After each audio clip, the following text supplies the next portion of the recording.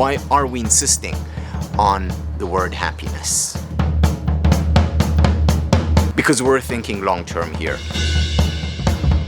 We're thinking about a revolution in the way people think about the good life. A revolution in terms of the way people think and pursue life's ultimate currency, happiness. Happiness studies as a field focuses on much more than positive psychology. In fact, it focuses on much more than psychology. It looks at what philosophers had to say about the good life, and it looks at theology and neuroscience and history and economics and film and literature. What we decided to do at the Happiness Studies Academy is salvage happiness. In other words, help people understand the true, the deep, the real meaning of a happy life. Precisely to talk about the fact that a happy life is about pleasure, and it's also about a sense of meaning and purpose in life. And it's about relationships and generosity and giving. And it's about intellectual well-being. It's about learning. And if we, through education, teach people that happiness is about pleasure, and happiness is about meaning, and it's about relationships, and it's about physical health, and it's about intellectual development. When people truly understand that all these elements make up the concept of happiness, then they will be more likely to pursue that, more likely to attain it, more likely to help others attain it, more likely to create a better world. Hello, everyone, and welcome. Good afternoon, good evening, good morning. Looking at where you're from, it's a crapshoot as to what time it is. From Asia, Europe, the Americas, Africa, welcome all. It's great to be here.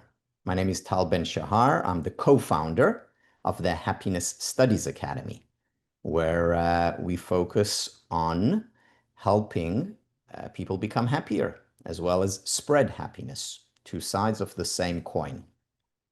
Today we have a very, very special guest whom I've known since my days in graduate school. So I was studying organizational behavior. Laurie Santos was studying cognitive psychology. We were both on the PhD track.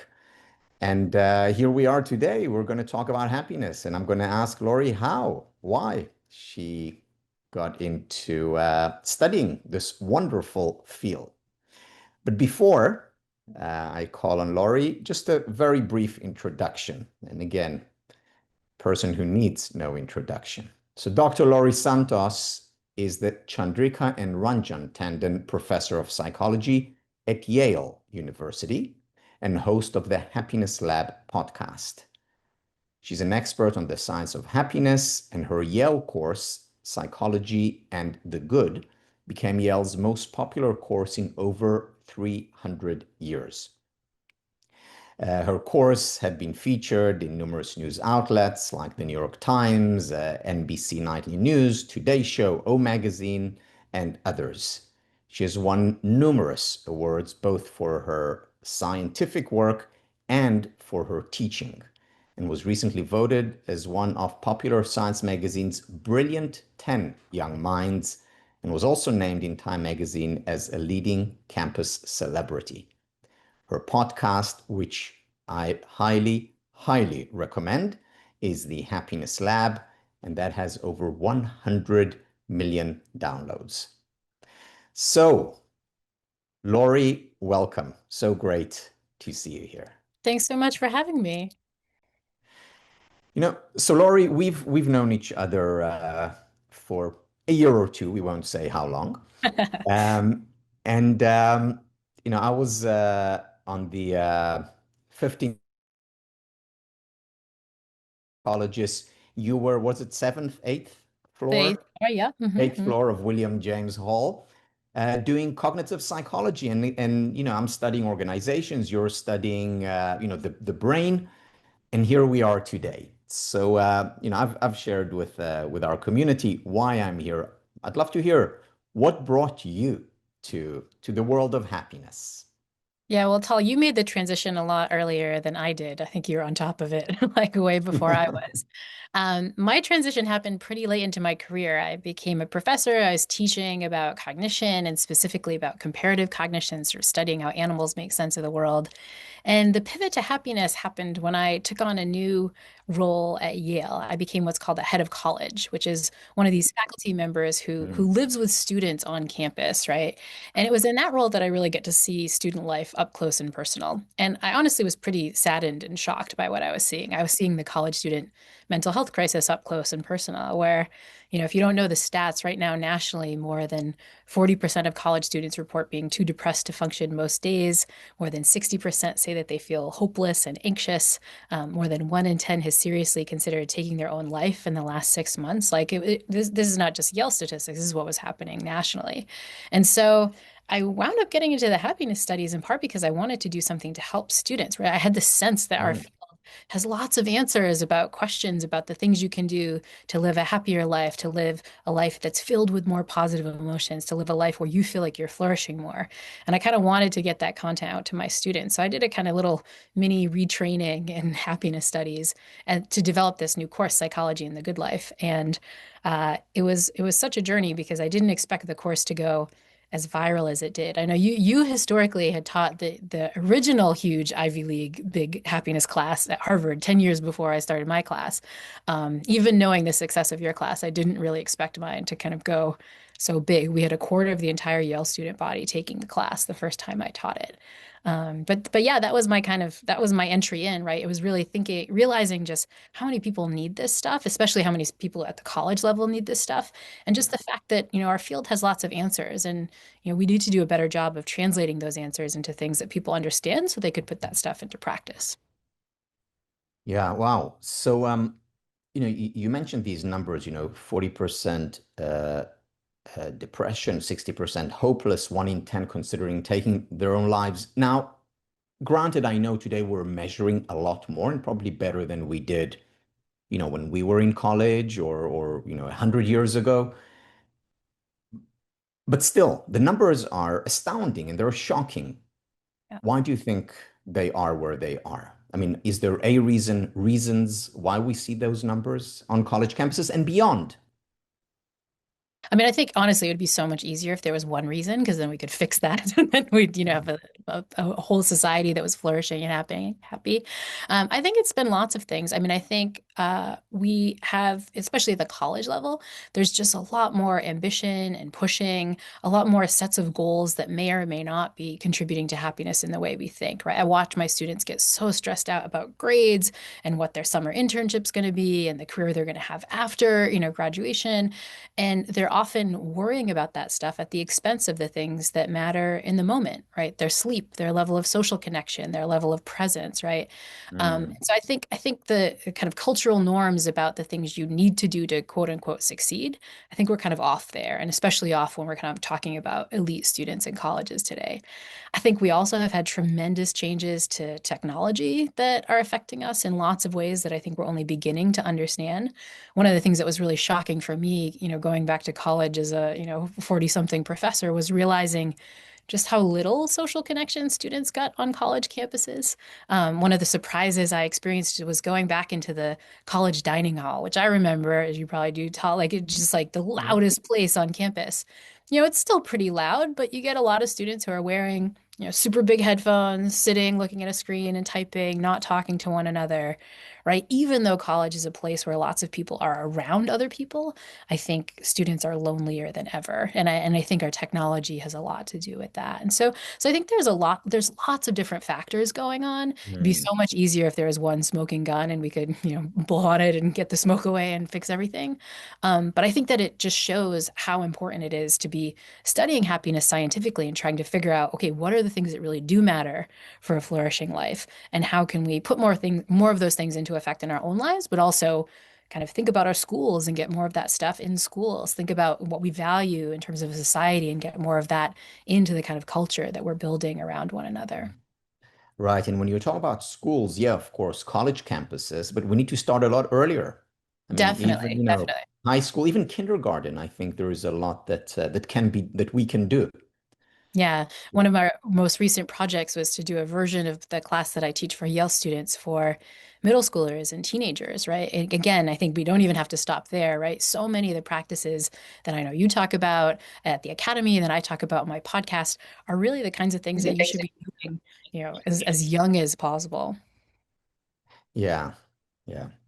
So let's go back to our topic today, which is, can you train your mind to be happier? Now, I'm sure that people attending this conversation are assuming that it is. What does the science actually say about whether happiness can train or something that we're born with? Well, I think the science, is kind of careful about this, right? Because I think what we often want when we ask a question like that is an either or answer. Like, yes, it can train or it's fixed. And I think the science tells us that it's a little bit of both, right? On the question of whether or not some of our happiness seems to be built in, relegated to our genes, the kinds of things we should be paying attention to, there's lots of studies, as you well know, trying to look at this by studying different twins, right? To try to look at whether or not you can look to genetically similar individuals who might have different environments and ask, okay, what's playing the bigger role? Is it our genes or is it our environments? These are Hmm. studies of what's often called heritability, right? What's the percentage of the variance in the population we can explain by looking to someone's genes? And whenever you do those studies, you ask the question, are identical twins who share 100% of their DNA more similar in their happiness than, say, fraternal twins who only share 50% of their DNA? You often get the answer, like, yeah, there seems to be more similarity in the identical twins than the fraternal twins. And basically told us that there is a component of things like happiness, our life satisfaction, our positive emotion that seems to be heritable. But like most psychological traits, it's not a high heritability, right? It's not that, if you happen to be born to your very happy parents, then you yourself are going to be very happy. The heritability estimate is kind of small. It's around 30%. What does that mean? It means around 30% of the variation we see in the population, whether somebody's happy or not so happy, can be due to someone's genes.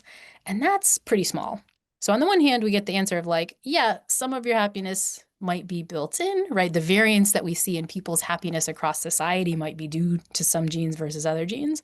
But that also means there's a big window that we can change things, right?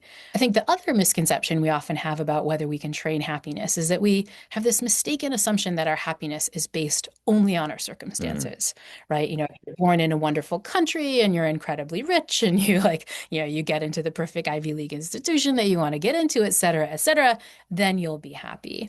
Yeah, so often we tend to think that our circumstances matter a ton for happiness, and they do matter some, right? If you're living below the poverty line, getting more money might increase your level of happiness, your level of flourishing. If you're living in really dire circumstances, it is true that changing some things around might help.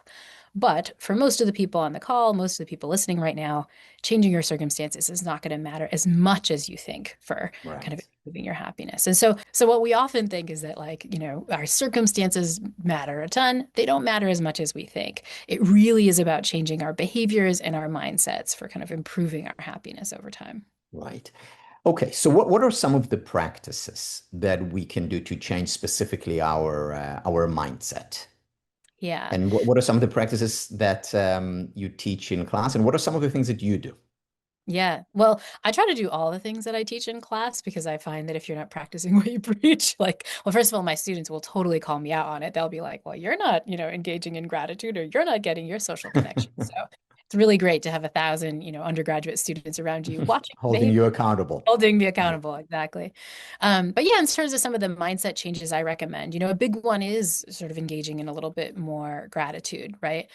This one's really just a matter of trying to figure out what your mind is attuned to and trying to get it to attune a little bit better to the positive stuff out there, noticing the blessings rather than the hassles.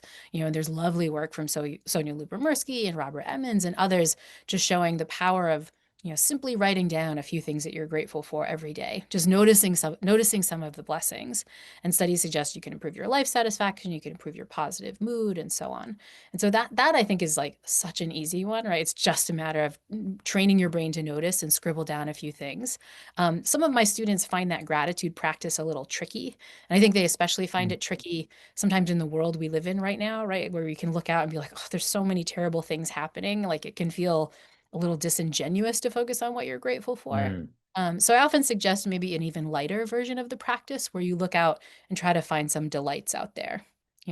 Like the warmth of my morning coffee cup, or like a child's laughter, or a really funny YouTube clip, right? It's just like a delight. It's just like a nice thing out there.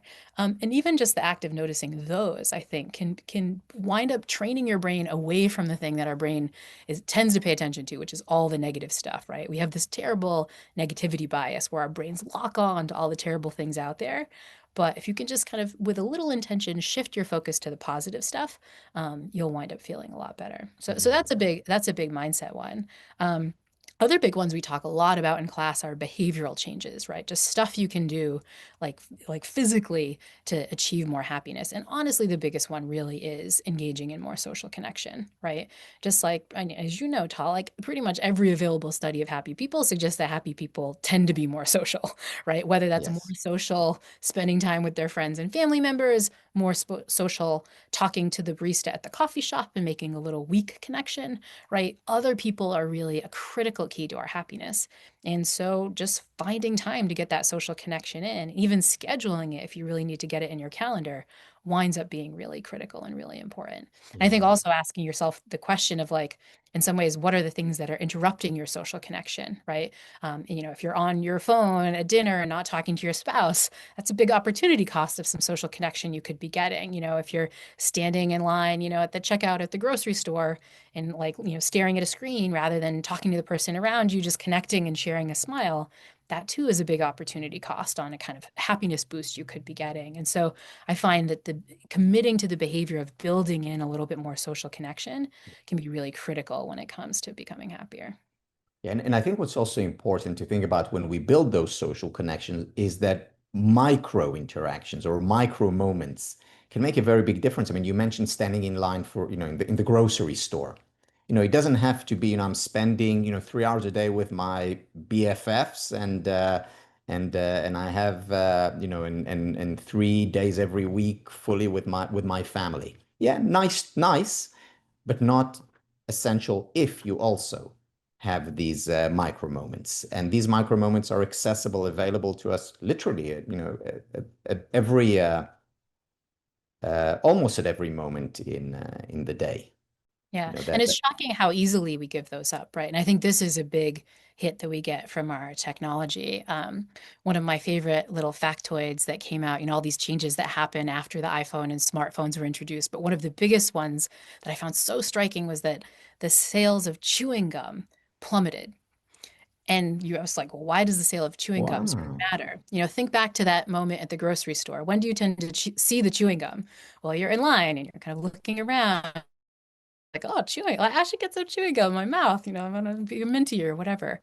But that moment of you not noticing the chewing gum in the checkout line is the same moment that you're not noticing, the smile on the kid in the line behind you, or, the fact that, someone asks, like, how's your day today or something, right? Our technologies are stealing these tiny moments of attention that before technology we were often devoting to the people around us, and we've sort of stopped. yeah, Liz Dunn, who's a professor now at the University of British Columbia, another one of our colleagues in graduate school back in the day, she did this lovely study where she just tried to look at how much less you smile when you have your phone around you than not. So she brings participants into the lab, sits them in a big waiting room, and either has them with their phones or not. And she finds just, naturally in the waiting room, you see 30% less smiling between the people that are sitting wow. right? I often think about that in my residential college with all my students, right? Of just like how much less smiling in the courtyard and in the dining hall there is just because we're all walking around looking at these screens all the time, and Yeah. what's the cumulative emotional effect of all that stuff? Yeah, and I think that the key point here is the cumulative emotional effect because we know, the what a smile, again, micro event, what a smile can do, to us, because when we smile, and you know this from cognitive psychology, it has an effect on our inner world as well. Not to mention the mirror neurons that when we smile, others are more likely to smile as well. So the loss given that is significant. Yeah. Um, so we talked about these, standing in line or the smiles, these small events. And yet, many people ask, and I often ask about the difference between feeling happy in the moment. So when I exchange smiles, for example, um, versus or in addition to developing a long-lasting sense of happiness. So more of a, trait versus state question. Well, I think there's lots of both of these and that these things kind of work as feedback loops, right? Like take the smiling example, right? If I have a little micro moment of smiling at the barista at the coffee shop, that just gives me a sense that the world is a friendlier place. I'm more socially connected. I like my community more. That's a kind of in the moment feeling, but it winds up building up to, I think, a much broader kind of state attribution, right? That I'm just feeling more connected over time. And my sense is that a lot of the micro moments wind up becoming bigger moments. Those small moments that you take, to notice something that's delightful to you or something that's a blessing in your life, that can like pump up to become more of a state like situation, in part because you're doing it over and over and over again. So these things become habits that you put into effect. So the more you do the little things over time, the more that becomes your life. This is what Aristotle, famously said, right? It's our habits that kind of become what our life is. But also, I think it can kind of contribute to a sense that your life is flourishing. Often, these kind of state moments or sort of long term happiness assessments are really an assessment of how is our life going, right? How satisfied am I with my life? But I think that that satisfaction can often come from the accumulation of a lot of these micro moments. So the micro moments kind of wind up infecting these long term state moments, part because they become habits over time, but in part because I think they do change our overall interpretation of how things are going. So Right. those investments that feel really tiny can wind up being kind of long-term happiness investments Mm. too. And of course, the key here is to engage in them repeatedly. Correct. So Correct. it's not just that, I'll do my gratitude exercise today and I'll smile at the grocery store tomorrow, and then I'll live happily I ever know, after. push your hands together, like one and done. Yeah. I mean, I think we Yeah. understand this more in the physical domain. I mean, I would love it if I met up with my trainer for one hard workout, my calves were sore and stuff, and then I was good for a lifetime. We get, okay, that's not going to Right. work, right? I think in the happiness space, we sometimes forget this, right? That we can train ourselves to be happier, but it takes work. It takes constant work. And I think that's kind of the bummer about happiness, but like it would be nice if it was a one and done kind of situation. But the good news is that when you continue to put that work in, it works. You wind up feeling better, feeling more satisfied with your life, and it becomes easier as you do this stuff more and more often. I think it's really fair to say that, before I got interested in this stuff, there were lots of these practices that I just did not put into effect in my own life. I tended not to be a very grateful person. I was really much more focused on the hassles and the bad stuff. I was, well socially connected with friends, but I definitely wasn't the kind of person who would strike up a conversation with a stranger. I'd have my face buried in my phone quite quickly. And as I've taught more and more of this work, I've started engaging these practices Mm, myself more and more. And it does become easier over time. It just becomes the kind of thing that you go to. And that just makes it much easier. yeah. And again, I think that the sports analogy that you gave is spot on. It's like, if I just pick up tennis and I learn how to hit a forehand, initially it's awkward and I don't do it well. But then after a while, with a coach, I get better and better. It becomes more comfortable, more quite literally second nature because in the brain with the neural pathways are created and it becomes a habit. Hmm. Yeah, and so Mm, I think putting in the effort now, you can recognize that even if it feels awkward at first, you're paving a path to make it easier for yourself. right. Yeah, paving a path, creating a neural pathway. Hmm. I've heard you talk about the annoying features of the mind that get Mm. in the way of happiness. What are, some of these annoying features that you refer to? Yeah, they're just like features of our mind that, in theory are probably helpful for something, but when it comes to our happiness, are kind of sucky. One of the worst ones when it comes to our happiness is the simple fact that we get used to stuff, which doesn't sound that bad, right? You get used to things over time. But the problem is that we get used to the good stuff over time, right? You get a raise, right? You have this new salary that you can use to buy all this stuff, maybe go out to eat and so on. It's great at first, but over time, you kind of get used to it. My Mm, my Ivy League students, right, who work so hard to get into college, they find out they get into their dream school. The first time you announce to your parents, your grandparents that you got into your dream school, it feels great.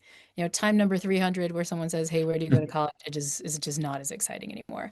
This, I think, is one of the worst features of the mind when it comes to happiness, that we the best moment in life, that if it's repeated over time, becomes just kind of boring.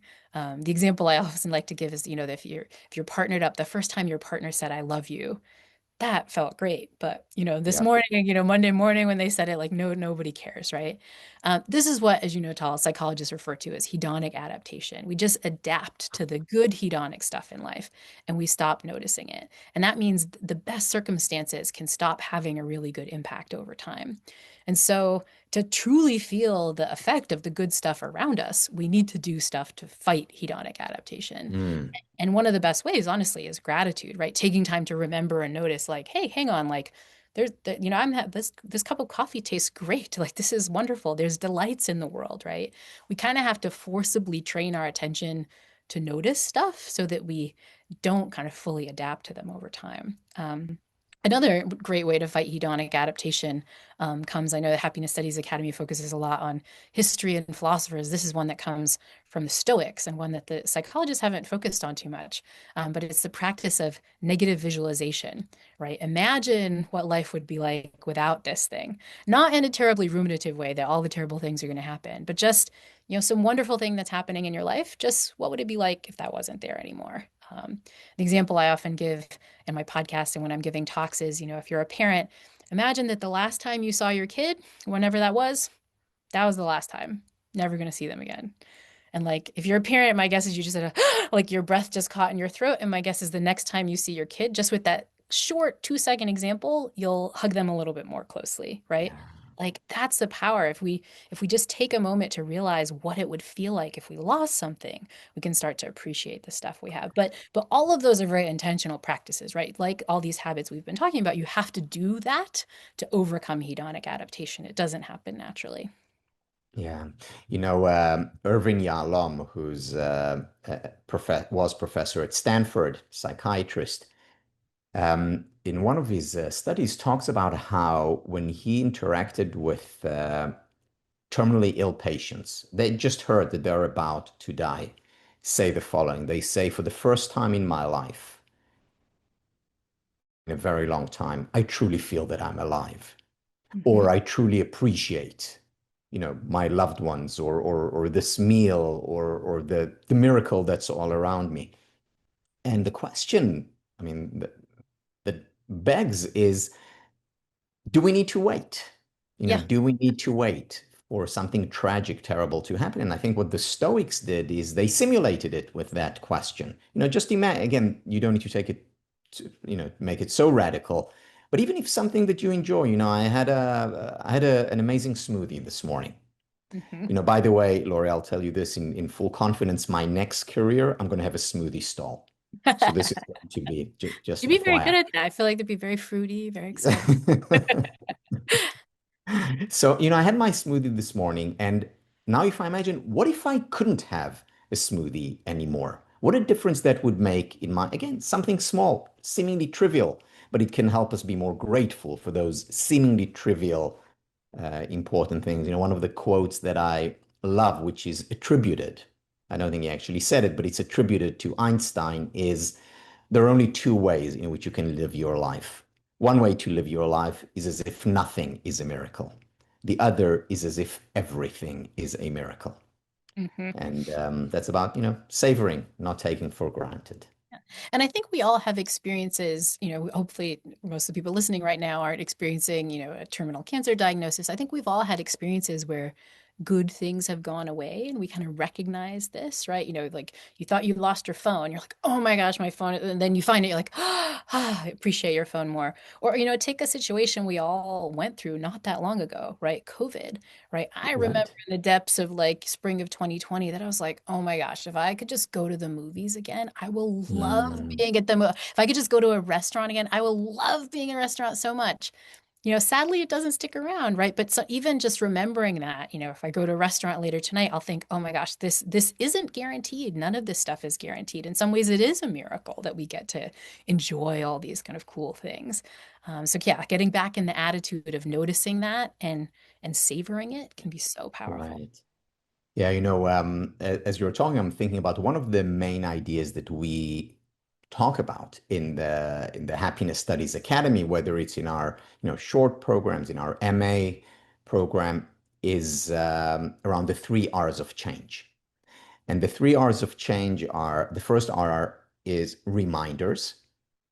So we need Hmm. to remind ourselves to express gratitude. We need to remind ourselves to, go out and, and meet someone. And these reminders can come in the form of, our phone reminding us. It can be a picture on the wall. It can be a bracelet that we wear and reminds us of something like being mindful or present or kind. But we need those reminders. Second, after reminders, we need repetition because as you pointed out, not enough to one and done. We need to do it again and again. And then if we do the first two, then we get to the sort of the promised land of change, which is rituals, the Hmm. third R, or a habit. And I love the quote by John Dryden, a British philosopher poet, who said, we first make our habits and then our habits make us. Hmm. Hmm. Hmm. And that's when it becomes second nature. And again, second nature, whether it's brushing your teeth or saying hello and smiling to a person you see on the street. These are all habits we can cultivate and form. Yeah, and I think, it's really worth remembering how important it is to kind of create those habits over time. I mean, the data just really show that by engaging in these kind of practices more and more often, you really can change your overall happiness, right? So many of those statistics we talked about when we started, like that doesn't need to be that way, right? There are things that we can do as individuals and rituals we can set up as societies to try to fix that. Yeah. Okay, final question, and then we'll open it up. I see there are many hands up. So, in what way, if in any way at all, has your work in cognitive psychology informed your current work? Yeah. So cognitive psychology broadly, I think, has really helped me understand so many of the different studies in happiness science, right? In a very particular way, which is that I think cognitively speaking, we get happiness wrong, right? The way we think about what it means to be happy isn't really the way happiness works, Hmm. right? We assume we need to change our circumstances to be happier.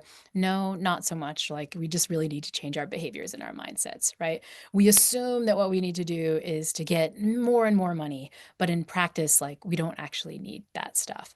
I think, one path to happiness is really to overcome a lot of the misconceptions we have about how happiness works. I often tell my students that our minds lie to us, and then we have to Hmm. kind of fight those lies to do a little bit better. And, a lot of those lies are the beliefs we have about happiness, how we think about Yeah, happiness, and so on. And so, yeah, I think cognition matters a lot for happiness. I'm it curious does. how you've applied your organizational behavior training to studies of happiness. What have you learned? If I get to ask a Yes. question while we're Yeah, of course. So, on my wall, as reminders of, the important things and the values in my life, of people I care about and who care about me. And one of those pictures is Richard Hackman, whom you remember. So he was on the 15th floor. He was, my mentor and supervisor. And Richard Hackman, who was an organizational behaviorist, said to us the following. He said, if you really want to understand a phenomenon and want to be able to change that phenomenon, you have to understand it at multiple levels. Mhm. So even though he was an organizational behaviorist, he said, look at the neurons, look at the individual, look at the interaction, the dyad, interpersonal, look at the group, and look at the organization. So in order to understand any phenomenon, and again, happiness being no exception, you need to look at all those levels. As a result of his teachings, I created the Happiness Studies Academy around um, the interdisciplinary approach. So yes, our students, learn cognitive psychology and neuroscience, and they learn about organizations as well as nations. So one of the first classes is about systems thinking. And Hmm. systems thinking is about understanding the minute, the micro details, and the large, the macro information. That's so important because I think this is another spot where we can get happiness wrong. I sometimes get critiques from students about, the fact that we often talk about, well, here's the behaviors and the mindsets that you can change as an individual, right? And I think that that can mistakenly get folks to think that that's the only path to happiness, right? If you're in a dead-end job that's not paying you a lot of money, if you're in an awful situation, if you're in a system that's really not allowing you to flourish very well, it's like, well, just write in your gratitude journal and it'll be okay. I think we forget that we should be intervening on multiple levels of analysis, and definitely the structural levels too, because of course, when you intervene on a whole organization, it makes it easier for all the individuals in that organization to flourish better too. Yeah. Yeah, there's a wonderful book that I know Malcolm Gladwell swears by, which is called The Person and the Situation, that talks about how, again, you have to look to understand something, you have to look at the different levels, the environment and the individual. All right. I have to curb my enthusiasm here and call on our wonderful community. So, Sandy, please, everyone, if you can make your questions succinct, short, so that we can get through as many as possible. This is a question for both of you, Tal and Laurie. Um, you were talking about systems, and you were talking about the environment and the conditions around the subjects that obviously influence in happiness. And you were also talking about the importance of connection and micro moments, smiles, technology, kind of blocking this. So my question is around that. What do you think, both of you, about what we need to do, talking about systems, social systems, to improve and to prevent what we already see going on, since 2010 and the social media and the screens, that is setting our brains for unhappiness. It's creating habits that we know will make us unhappy. And I think that is a teamwork. As you say, it's not only, it doesn't have to do only with individual discipline, but because it is so ingrained, and even more with AI, it's going to become even more ingrained, and have the fantasy of connecting or having someone that cares about us with, the AI things. Uh, how can we, what can we do that? I think it's urgent. What would you think we could do as a society, as a team, to prevent this from going even worse? Yeah. Well, I mean, I'm interested to hear Tal's answer, but I'll mention kind of two things. I mean, there's many more that we could talk about, right? One is I think we need to find ways to perhaps regulate and curb the spaces where we're using our technologies, while at the same time building spaces where it's much easier to interact socially, right? So I think structurally, on the second point, we need more spaces. The political scientist Robert Putnam, another person that Tal and I probably interacted with back when we were in school back in the day as grad students, talked about this idea of third spaces, right? These are places that are not home and not work, where you can get together and interact with people from all different walks of life. Ideally, you don't even have to buy something there, right?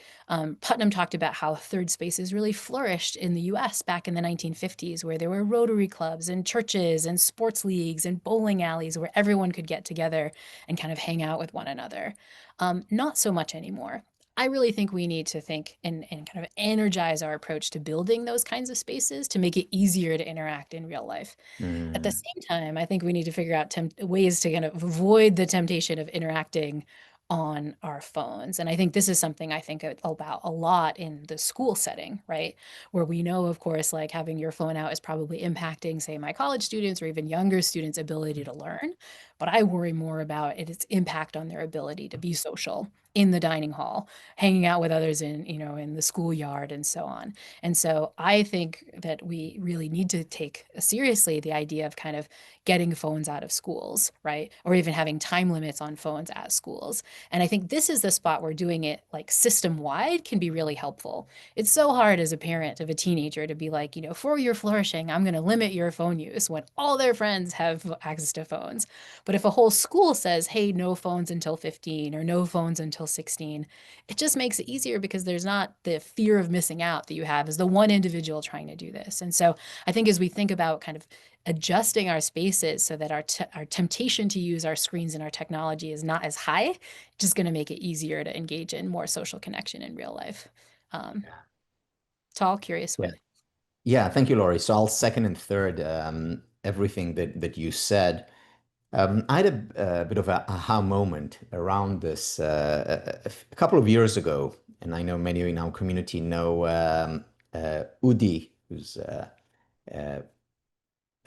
member of the HSA community, and I told him about all the limitations that I was putting on, screen time. And I said it's challenging, but it's a fight worth, it's a battle worth, fighting. And after a few minutes, after I told him about all the restrictions and limitations, he said, Tal, you're a positive psychologist, but until now you just talked about all the no's, what they don't do. How about some yeses? In other words, finding positive alternatives to the phone. And you talked about, Putnam talks about those spaces that are pleasant, that are enjoyable, that people want to go to. And I think one of the most important yeses today, especially for all of us, but certainly for kids, it's sports, athletics, because when they're playing basketball with one another, they're not on the phone, nor Mhm. are they complaining that they're not on the phone.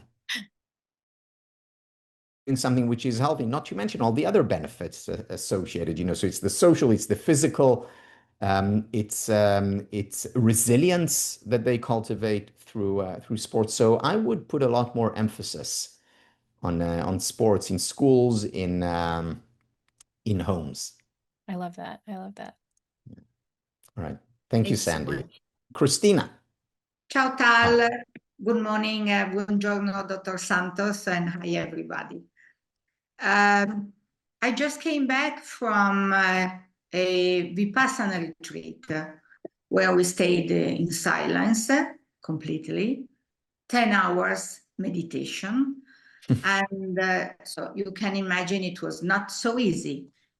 And we were really strangers. We didn't know each other, but we spent time close to each other. And at the end, we had this wonderful teacher, Carlos Fial, very good, quite famous in Europe. And at the end, we made a heart meditation in which we just look at each other straight in the eyes with the hand on our heart. And it was one of the most incredible experiences in my life. Wow.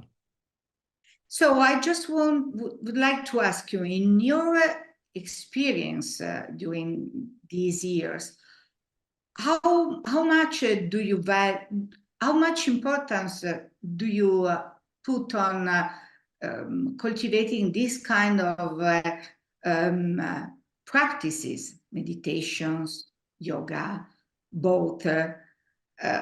How important are they? Yeah. Yeah. Well, Thank I you. think, yeah.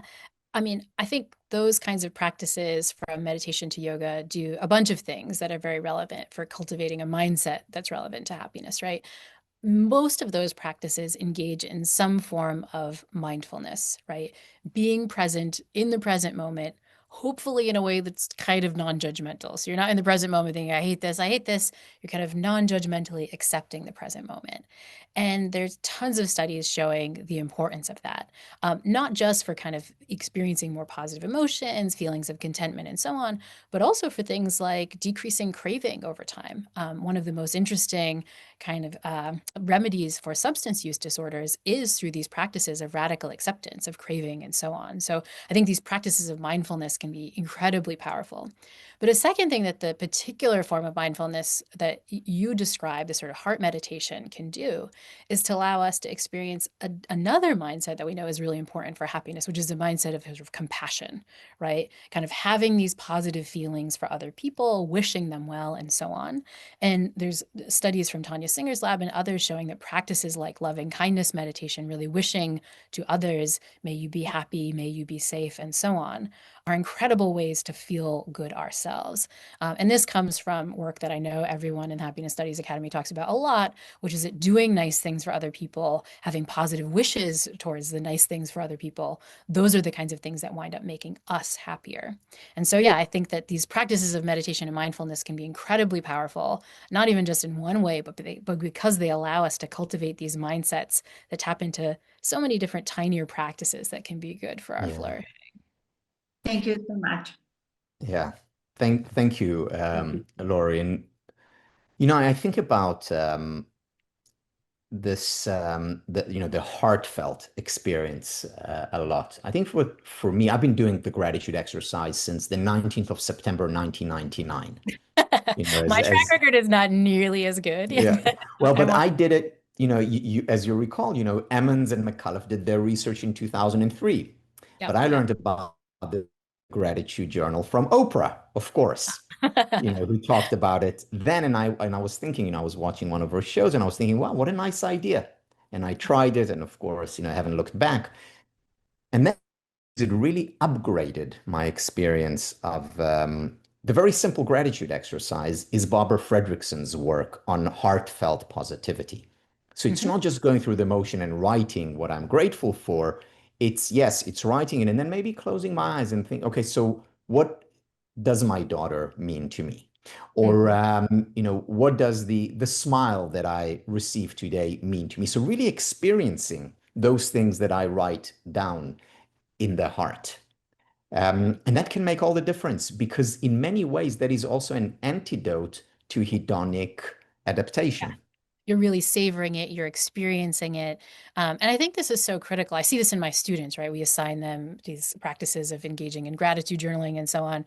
And like so many things in their lives, I feel like they're kind of dialing it in. It's like, my parents, my grades, food and water, whatever, health, just like you can kind of do your gratitude journal like that, or you could do it in a way where you ask yourself, how does it truly make me feel, the love I feel for my parents? Like, what would it feel like to not have them? And so on. And that moment of Mm. savoring, that moment of noticing can be so powerful. I'll add one other practice that I think we should all squeeze into our gratitude practices to kind of, like supersize them in terms of their impact. And that's to express gratitude to other people. Again, Tal, I don't know, your gratitude journal's been going on for a long time. I don't know what's in it, but for me, a lot of times what's in it is other people, right? That I'm grateful for things, smell of my morning coffee and so on, but I'm really grateful for, the people who work on my podcast team, my students, like my husband, right? And I might even take time to kind of notice, oh my gosh, I love my husband so much. I'm so grateful for him. But rarely do I stop at the end of that moment and walk over at him and be like, honey, I'm so grateful for you. Thank you so much that you emptied the dishwasher or helped me with this problem or whatever. We tend not to express gratitude to other people. And there's work by Nick Kepley at the University of Chicago showing that one of the reasons we don't do that is we just assume they know, right? We assume they know they mean a lot to us and they're thankful for us. And that kind of cognitive distortion, assuming that they know when they don't actually know, this sort of failure of perspective taking means we leave a moment on the table to do something nice to somebody else. When I express to my husband, oh, I'm so grateful for you, that feels good to him. It kind of boosts Mm. up my gratitude because it's hard to be saying that and not feeling it. And it's usually a moment of social connection, sometimes with people who haven't talked to in a while. I know sometimes moments in my gratitude journal, I'm just like, thinking about an old friend or something that somebody did for me weeks ago, maybe even sometimes years ago, reach out to that person and actually express gratitude to them. The studies really show that they don't know that you appreciate them that much, and it can have a huge impact on their well-being and yours too. Yeah.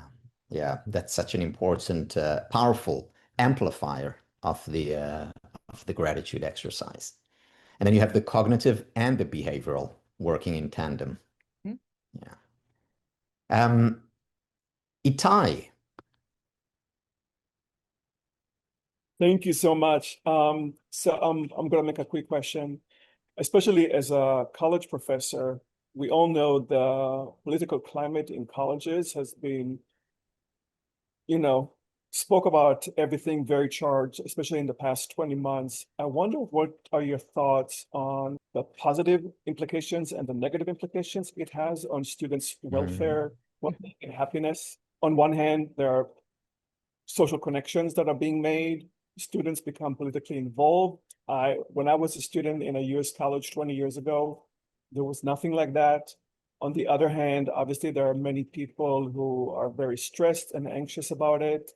And I'm especially curious to know because all the reports show that the well-being, the mental well-being of students, especially in the US, is declining. Yeah. Yeah. This is a great question. I think it's one I think about a lot, especially on a US college campus. I think part of the problem starts with the loneliness crisis that we're seeing, and in some ways, the crisis of these third spaces. One of Robert Putnam's original insights when he first started writing about third spaces was that they're often spots where we can meet someone who thinks differently across the political divide. He talked about growing up in a small town in Ohio, where during his bowling league there were people from many different races, many different political parties, many different wealth levels. Right? I think more and more in modern times, especially in the U.S., you just don't interact with someone that's a Republican if you're a Democrat, right? You just don't interact with people who have a vastly different wealth level than you, right? Especially on like even footing and even terms where you can have fun conversations about something else. And so one of Robert Putnam's points is that if we really want to fix this problem of the political divide generally, but also the kind of fraught nature of having tough political conversations, like it would be great to build spaces where we were talking like across the aisle generally, and then that would make it easier to have these conversations later. And so I actually see a lot of these problems as ones of social connection generally. Like we're just not interacting with people who, share views that are different, that have views that are different than ours, and so on. I also think that in general, when I watch my college students, it's not so much even that they're having a tough time with these hard political conversations. They're having a tough time with conversations generally, right? They have to call someone to, update something on their financial aid or something. It's like, call someone. I'm, fraught with social anxiety to be able to do that. Um, One of the funny, as a head of college, you often have these funny moments where you realize how different life is for Gen Z and Gen Alpha than it is for you. And one of the ones that I remember so well during my head of college days happened when one of my students was like, Hawk Santos, that's my title, head of college, Hawk Santos, there's this weird number on the wall in my room. Like, what's this number? And I was like, what's she talking about? So I go in her room and I'm like, oh, that's a phone jack. That number used to be a phone because you used to have a landline that people could call you in your room. And she was like, oh, that's so great. And she said, well, did each of my roommates have one? Like, is there one that would have been mine and like four other ones for my roommates? And I was like, no, like back in the day, there's just one number. And she literally asked, she's like, well, what would happen, if I was roommates with Tal and someone called for Tal and Tal wasn't there, but I answered the phone? Like, what would happen? And I said, well, you would say, Tal's not here. Can I take a message? Da, da, da. And I realized, like, wait, many college students, many 18-year-olds today have never had that experience. They don't have landlines in their own home. They never, many college students have never had the experience of having to go to somebody's house, knock on the door, say, hey, where's Tal? Can he come out to play and talk with a parent? Like these tiny social interactions that, if you're of a certain age like me and Tal, maybe you remember as being ubiquitous in society, just aren't the things that kids today grow up with. And so like if they can't do that, if they can't like be like, hey, Tal's not here, can I take a message? How are they going to talk about, like the bills that are coming out in the United States and fraught political politics and what's going on in the Middle East? Like that's way harder than the simple things. And so I actually think if we could find ways to build in spaces where those simple conversations become easier and more practices to get kids to kind of engage in the habit of doing social connection generally, then we'll actually solve a lot of the tougher political conversation issues that our young people are facing today. Yeah, Laurie, I'm thinking as you're talking about one of the practices that we have at the Happiness Studies Academies, we have retreats.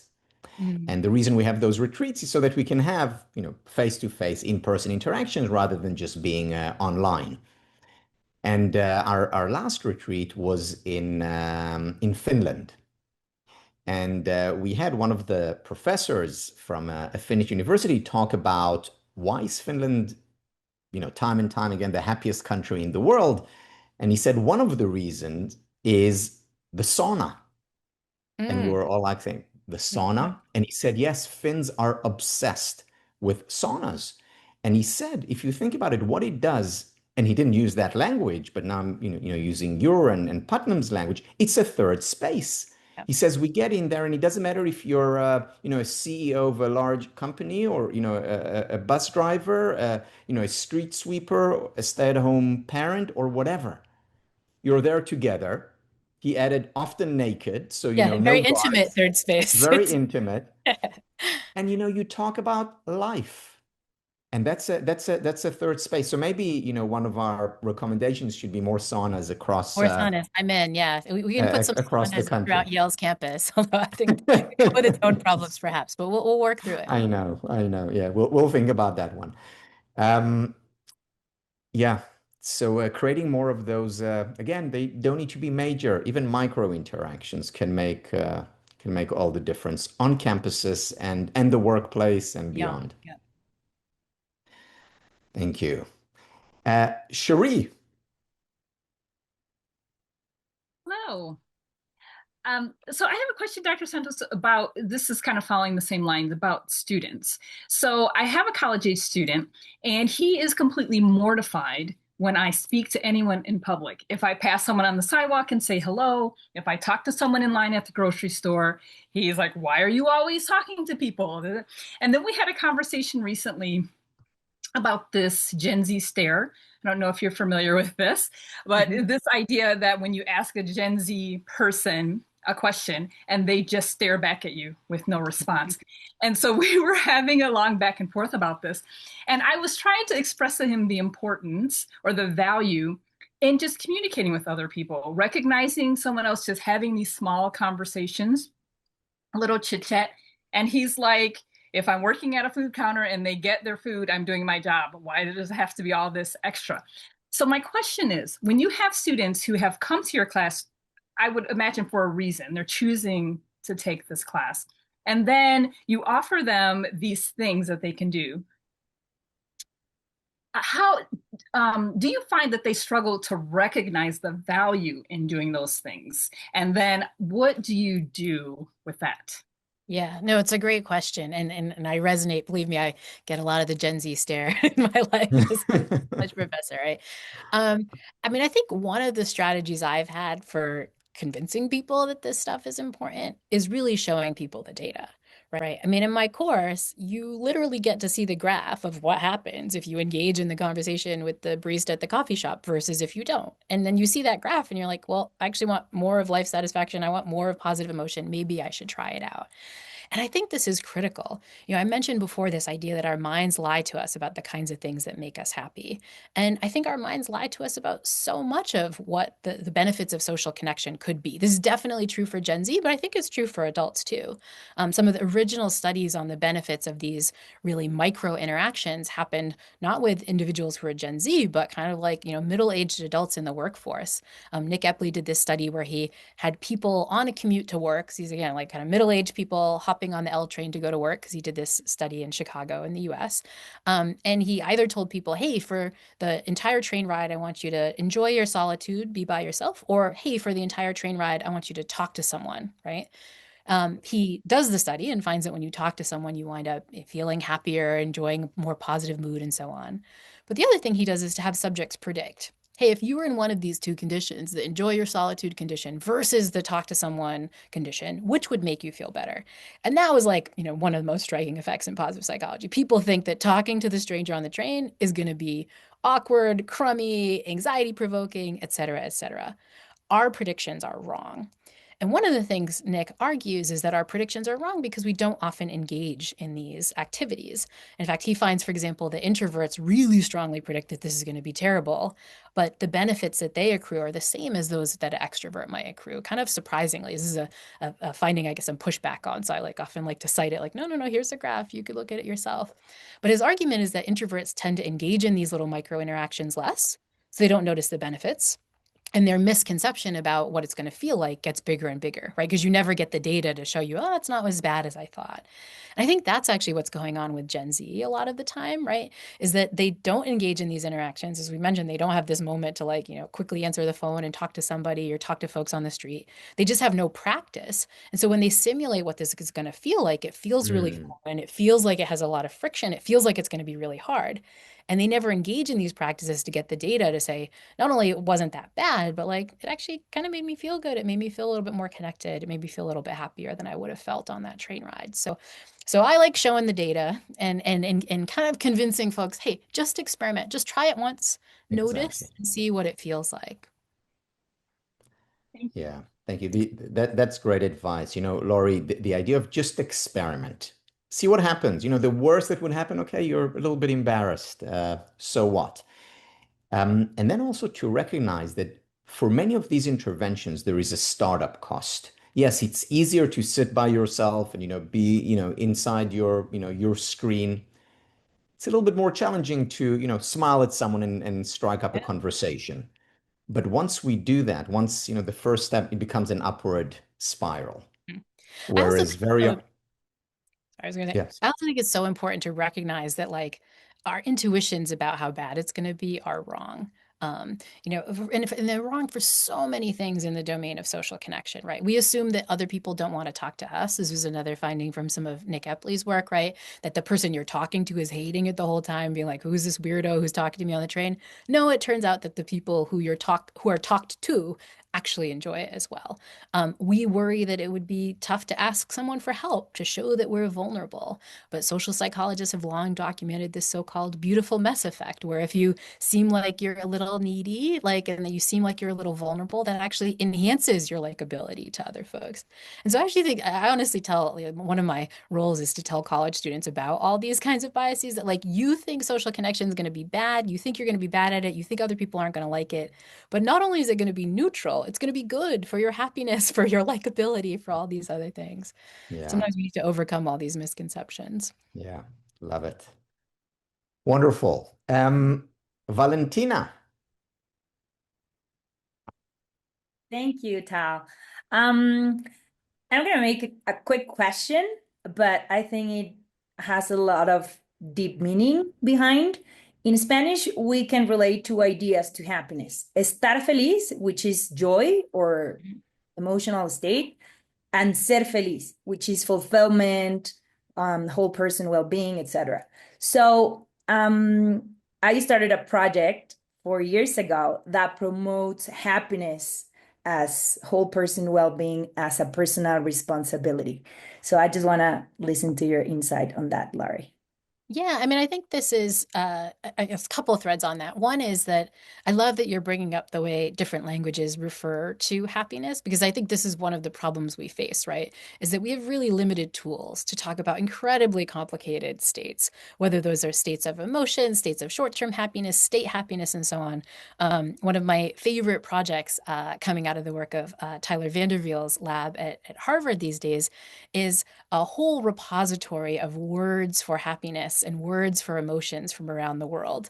And what you find is English, the language I speak from a terrible monolingual American, it's just so impoverished when it comes to other countries.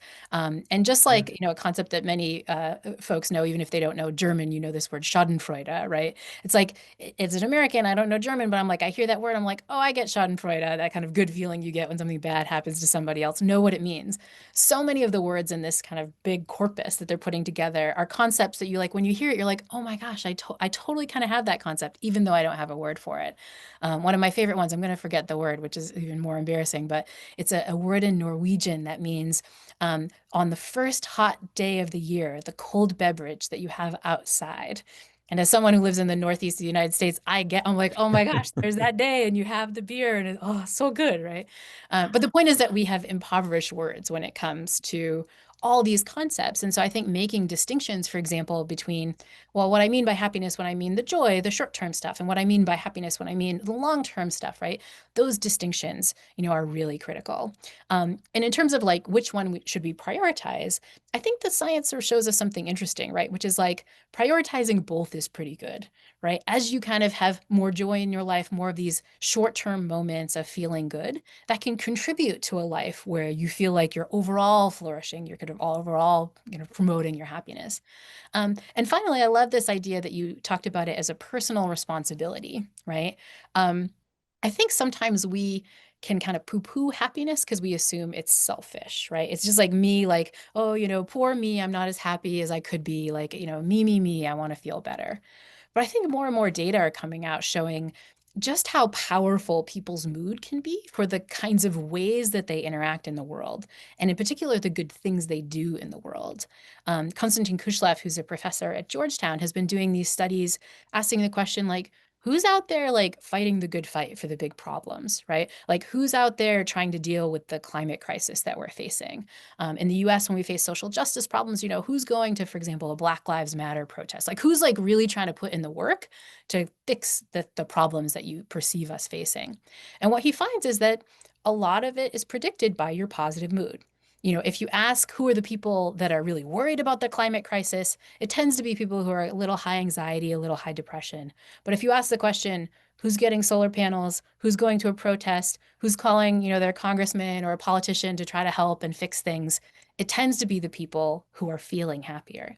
And his hypothesis is that, like, actually, if we want to fix the structural problems out there, we kind of need to put our own oxygen mask on first, because that's how we're going to help others and that's how we're going to help the world. And so I love this notion that like you should see your own life satisfaction, you should see your own kind of flourishing as a personal responsibility.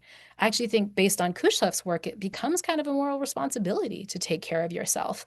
That might be one of the best ways to make sure we have the bandwidth to be helping others and helping the world too.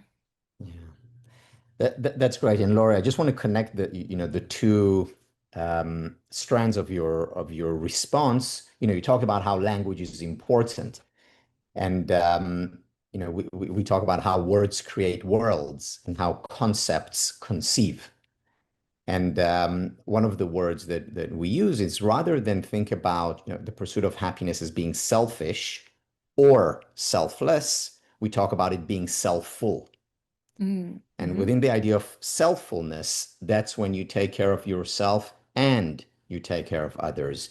Yeah. More than that, it's through taking care of yourself that you take care of others. And by taking care of others, you're also taking care of yourself. So you're potentially creating an upward spiral of goodness and happiness.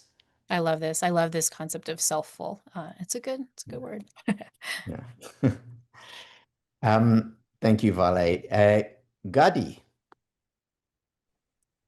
Thank you. First of all, thank you both for everything that you do to help other people. You were both my heroes, so thank you very much. I'm very much on board. Those also know me for many years. I'm very much on board with doing things proactively to become happier. I have two teenage daughters who are 17 years old, who will not listen to any of this, and would love any advice that you have for how we can get these messages through to them. Mm-hmm. Well, I will say one of the things you can do sounds like something you're already doing, Gadi, which is that we know our behaviors are contagious, right? If you're at the dinner table talking not about the terrible things that happened at work, but your delights, that's the kind of thing that's going to make other people tend to do that too, and especially your kids. While it doesn't often feel like it, there's lots of evidence from Sigal Barsaid and others that the contagion that we experience both in our behaviors and our emotions happen through the people who are in charge to the people who are a little bit less in charge. And even though it doesn't feel that way, especially with a 17-year-old, you as a parent are actually in charge. But what that means is that you actually have some agency over the emotions in your family and in some ways the behaviors in your family. You just kind of have to practice yourself. And I love this piece of advice because it gives parents and even if you're not a parent, a leader at work and so on, a manager, permission to take care of yourself and to make sure you are doing the kinds of things that you need to do to promote your well-being, because those kinds of behaviors and the emotions that emerge from those behaviors will transmit. The other thing I'll suggest, though, is that, if what I find works so much with our young people today in terms of getting this message out is really just sharing the data. One of the insights I had from, the fact that my happiness class went viral, and I think the fact that Tal's happiness class went viral and so on, is that I think our young people aren't looking for platitudes about the kinds of things they're supposed to do, right? Like, I think they get a lot of that. I think they're really much more evidence-based than previous generations. I think they're like, show me the data and then I'll do what I need to do.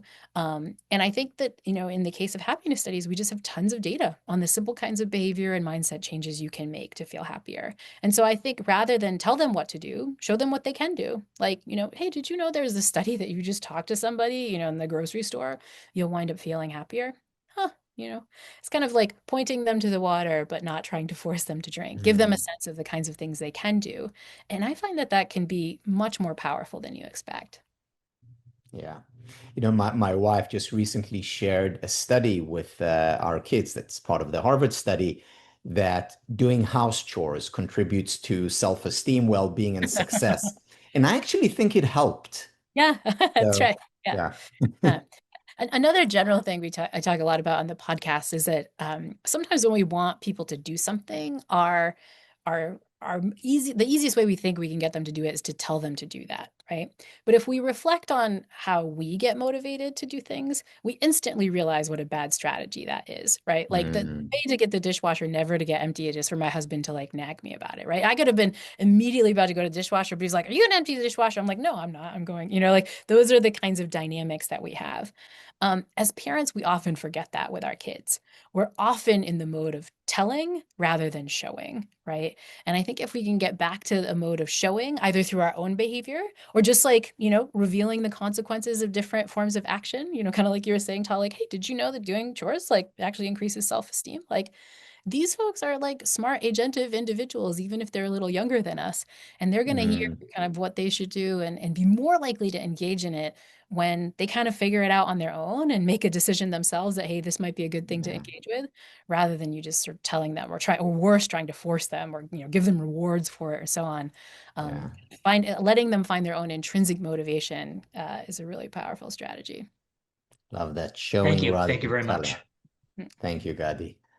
Danny. Thank you, Tan. Hi, Laurie. So good to see you again. Yeah. I am wondering how I have a 6-year-old who is here. And sometimes I wonder what can I do for him to remain happier and feel happy for the rest of his life. Because sometimes, although he's a lot of life and everything, at some points I see that he becomes in this stage of hedonic adaptation. And so I wonder, how can I explain him without data? What would be important for him to put in life to continue his happiness. So thank you. Yeah, well, I think that's a spot when you're dealing with younger kids where your actions matter a lot, right? Watching your behavior matters a lot. Um, I think we kind of implicitly know this a little bit with the not so good behaviors, right? What's one way to get kids really addicted to screens is if they see you on your screen all the time, right? They're gonna they is or another thing in my house is when you hear your parents swear and the kid instantly picks up on the bad word that they're not supposed to say, right? They're soaking that stuff up, but they're also soaking the good stuff up, right? And so I think that the more you can engage in these practices, the more they're kind of learning the right kinds of things to do. One I think matters a lot for parents is really talking through the emotions you're going through, especially if they're bad emotions, right? I think one of the things that that we can do, a mindset shift we can engage in to feel a lot better, is to give ourselves some self-compassion when we're not having a good time, right? And I think this is a talk through that really helps with kids, right? Mommy's feeling really frustrated today and she's having a bad day. I'm actually feeling really frustrated and maybe a little lonely. And what I'm going to do is I'm going to call my sister tonight because that's what I need to do. But like, it's okay. Everybody goes through bad emotions. Like that kind of stream of consciousness said out loud teaches kids words for emotions. So they know it's not just a yucky feeling. You can be feeling frustrated or lonely or sad or angry or whatever. And it kind of lets you articulate what you're going to do, that it's okay that you're going through it. Everybody goes through it. But here's what I'm going to do to fix it. Those are powerful practices for little kids to hear. Yeah. When we finished our project, sort of sharing some of these happiness strategies with teenagers, we also did a project with Sesame Workshop, which is the group in the US that builds Sesame Street, to try to think about like, well, what are ways we can build this into little kids? And one of the most powerful ways we figured out is like, well, parents can articulate some of these things too, right? Parents' behavior matters. This is like a lot of the direct transmission we have. And so finding ways to just articulate what you're going through, let them hear it, they'll pick up on it. Not immediately, not perfectly, not 100% of the time, but you're getting that information in there in a way that you'll be surprised will stick when you least expect it.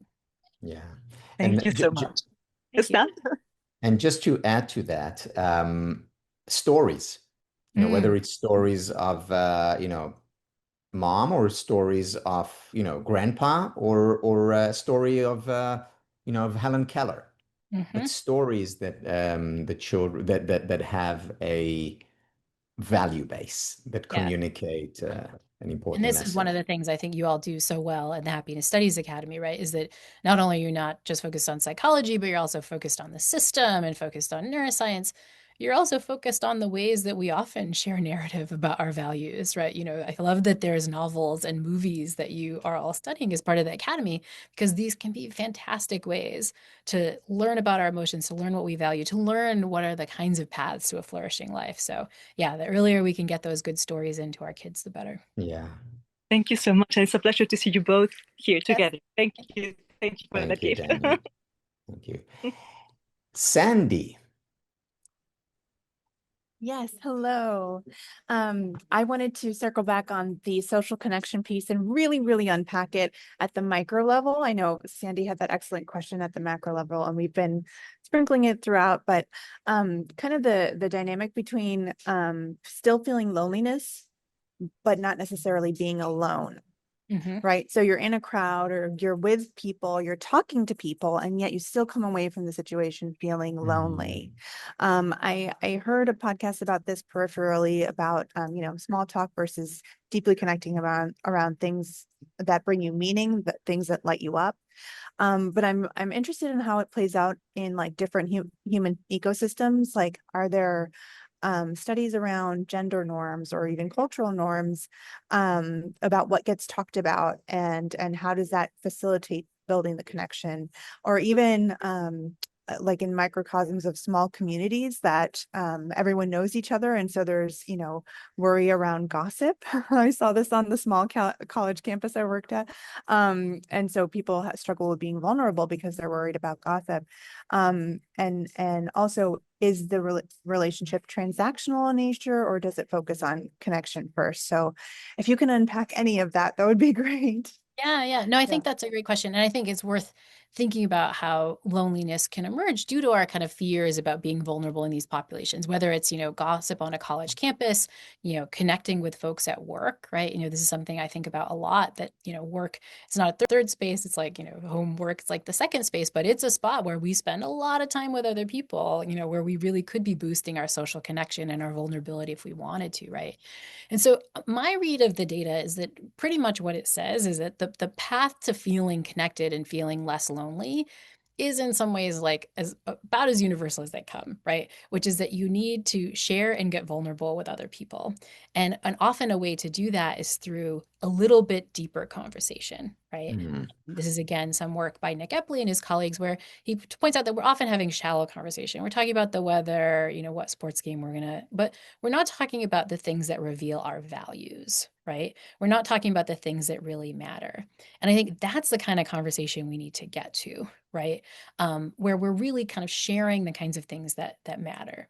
And there's some nuance there, of course, but that kind of strategy can work often in lots of different situations, right? Take again the kind of idea of friendship at work. I think this is one where like, well, we definitely don't want to overshare at work, and there's things that there are different boundary conditions and so on. But all of us can share a little bit about what's going on, and all of us can ask questions.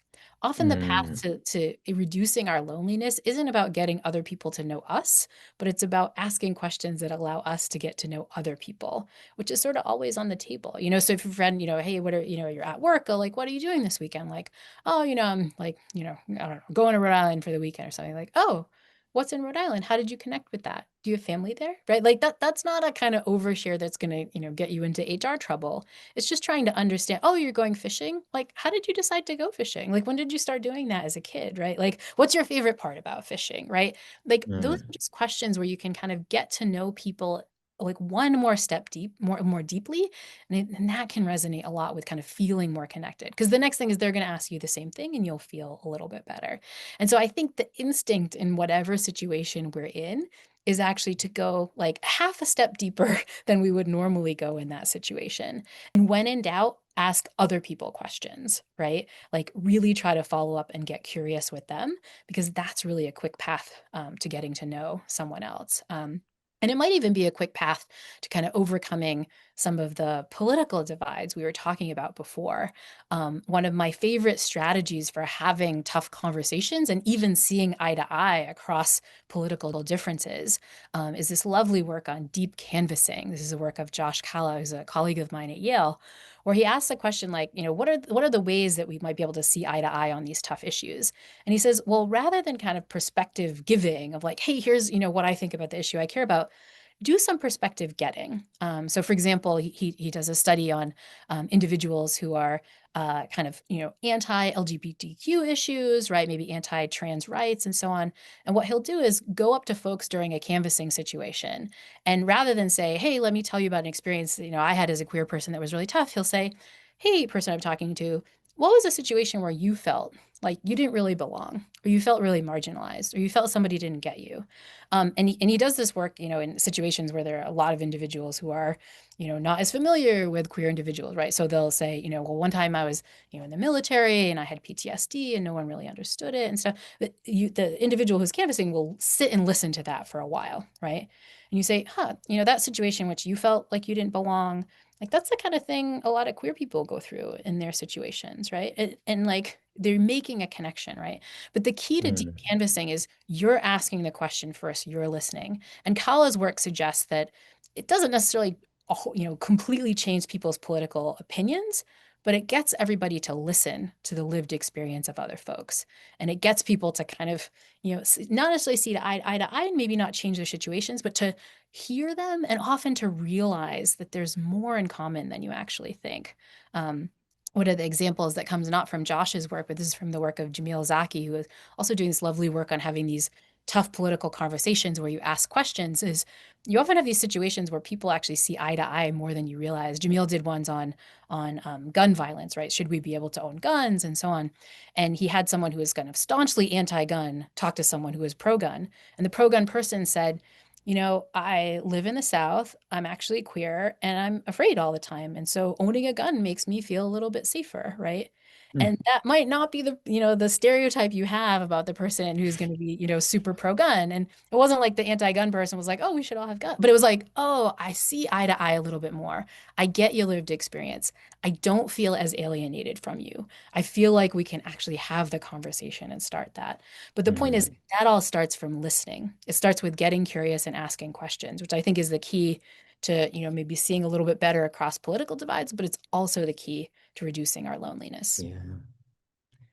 Yeah, I like that a lot, Laurie. So on the one hand, you want to share and be vulnerable, and on the other hand, you want to ask questions and listen. So both input and output, and that's how you create. So it's share and vulnerability and ask questions and listen. It's great. So I think we have time for one more. I'm gonna take two more. The first one, Christiana. Please. Hello, Tal. Thank you. Hi. Hello, Laurie. I met you in Lago di Como in Italy. Yeah. I remember I said, Laurie Santos. You said you are Brazilian. The Brazilians are the only one who can pronounce my last name correctly. Great seeing you here with Tal and having this inspiring conversation. I just graduated from the Master in the Science of Happiness with Tal. Yes, very happy. And I had two mimetic leaderships here inspire me. Today, I'm going to have an important lecture at a place near my parents' house in São Paulo. And I always get excited because intensity can be my strength and also my weakness to take everything that we know from the science of happiness and how can help people. And one thing that Tal always says is you teach you, trying to connect with that. But I would love to listen from both of you, very experienced teachers. All this path have created, both in Harvard and in Yale, a program that became the most popular one. If you need to take something out there to talk about happiness, what would be one or two key messages that you really think that help people that they need right at this moment? Well, I think that the way, the way to do the talks best is to use as many stories as possible. I mean, I think what Tal is talking about is you teach you is like find something that resonates with you, a story, a narrative you can share, and that's going to be powerful. But on the one topic that I think I wish everyone knew about happiness, it might be the theme of this overall webinar, right? Which is that you can change. You can train your happiness. If you're not feeling good right now, there are behaviors you could engage in, mindset shifts you can engage in to just feel better. And I think that can be so empowering for people. Thank you, Laurie. Tal? Yeah, thank you for this, Laurie. And I'm gonna, quote someone whom you've heard me quote, Christiana, many times before, Carl Rogers, who wrote that what is most personal is most general. So, remember the Dalai Lama once said, "I'm all for cross-cultural research, which is very important, and we need to do more of it. What we mustn't lose sight of is the fact that we're also at the same time very similar, that there is a universal nature. So when you go deep into your own mind, soul, spirit, call it whatever you want, you're also going into the universal spirit, soul, and mind. Look inside again, be prepared to be vulnerable and share. Look outside, ask questions, and listen. Thank you. You are both such an inspiration. Thank you. Thank you. Thank you. So, Alyssa, can you make this very short? I can. So go for it. I can. Thank you very much for both doing this for free. Dr. Laurie, I took your class in 5 years ago, and it was fantastic. Thank you. Here's my question.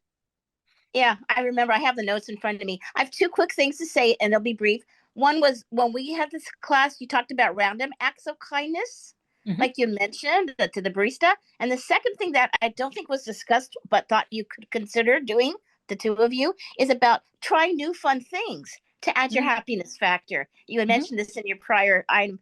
Take up knitting, take up crocheting, try a new sport, take classes. And so I'm a current 70-year-old California resident taking classes through Long Beach State, highly influenced by you. I'm in 5 classes, and at my age, I've actually formed a small group. We're a band, and we perform in Southern California. So lots to thanks to you. So if you would mind addressing the random acts of kindness thought and the doing new things to help you become a happier person. Thanks. Love it. I mean, this is like, why it's so tragic to, only have such a short time to talk about this when you need a whole academy to talk about this. But yes, so much data showing the power of random acts of kindness.